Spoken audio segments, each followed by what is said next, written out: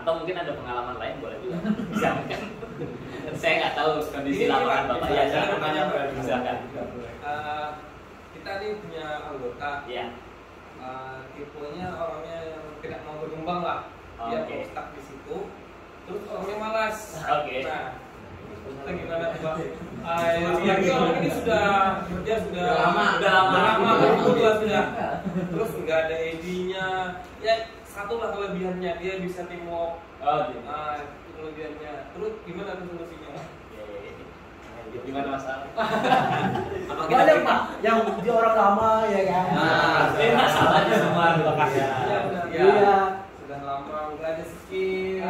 Nggak mau lah dia meningkat, stop fisika aja. Tampaknya cukup pelik Pak ya. Mari kita selesaikan solusi ya Pak. Atau ini kalau dari saya versi singkatnya. Jadi memang sering ada dasar dulu Pak. Kayak seperti tadi kan kita bekerja di sini dasarnya aturannya. Dalam artian kita masuk ya kita ada tes, terus masuk ada aturan dari pemerintah yang kita boleh ini, kita nggak boleh itu kan gitu ya. Kalau saya melihat sih di Bayan ini perusahaan besar.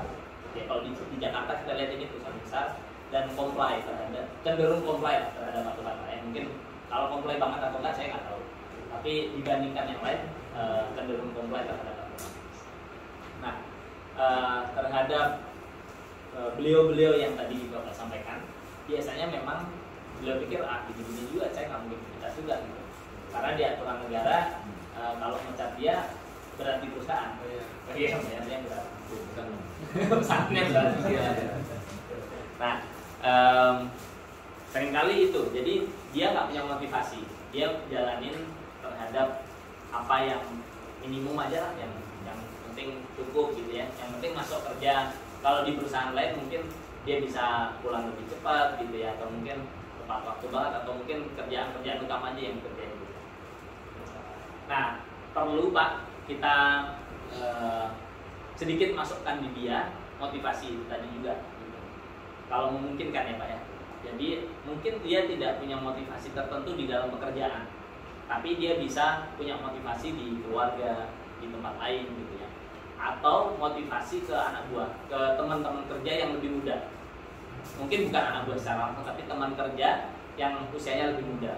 Jadi tempat yang mungkin akan dia tinggalkan akan menjadi tempat yang lebih baik.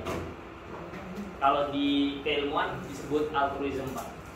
Itu memang setiap manusia itu memiliki keinginan untuk menjadi dermawan, untuk ngasih gitu. Nah, untuk sesuatu yang dia mungkin tidak bisa nikmati nanti, tapi orang lain akan nikmati. Itu kedermawanan. Nah, si beliau-beliau ini apalagi dia punya teamwork yang cukup baik, dia pasti punya itu.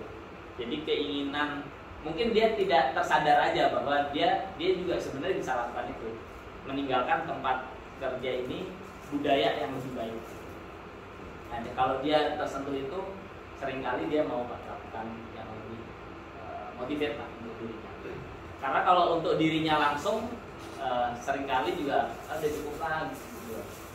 Nah, tapi mungkin ya itu kalau dari saya Pak. Mungkin ada tambahan juga dari yang lain atau Bapak sendiri ngalamin.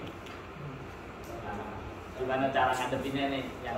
Biasanya Bapak gimana Pak menghadapi staff seperti itu? Kalau untuk memenuhi target biasanya bisa perlu target misalnya 90% atau lebih ke atas itu. Tapi dengan syarat teman-teman di sampingnya ini harus backup. Oh iya. Gitu. Jadi kita yang lain tim ini ya kerjanya itu 2 kali lipat jadinya. Jadi sedangkan dia cuek lah dengan itu. Bodoh lah. Nah, kita yang di belakang ini kadang-kadang Kedatangan ya. Iya. Untuk memenuhi target yang tadi.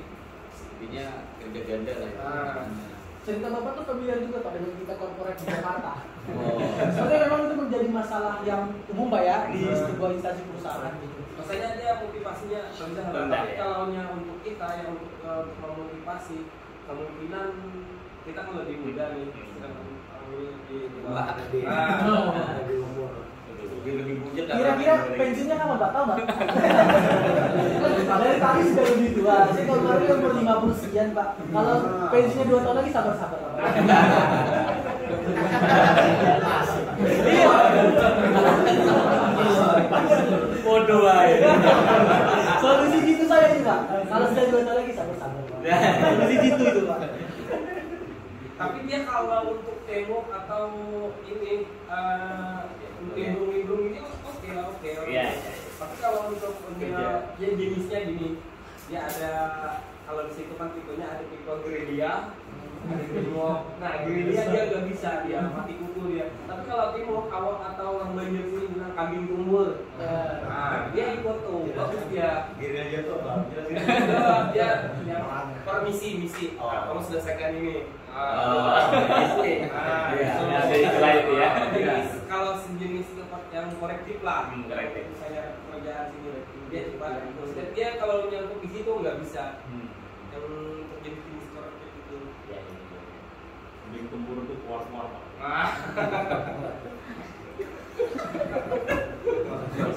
Iya. Terima kasih Pak. Ada Pak. Ada lagi Pak. Ditambahin dari Pak Luki. Iya. Udah sih.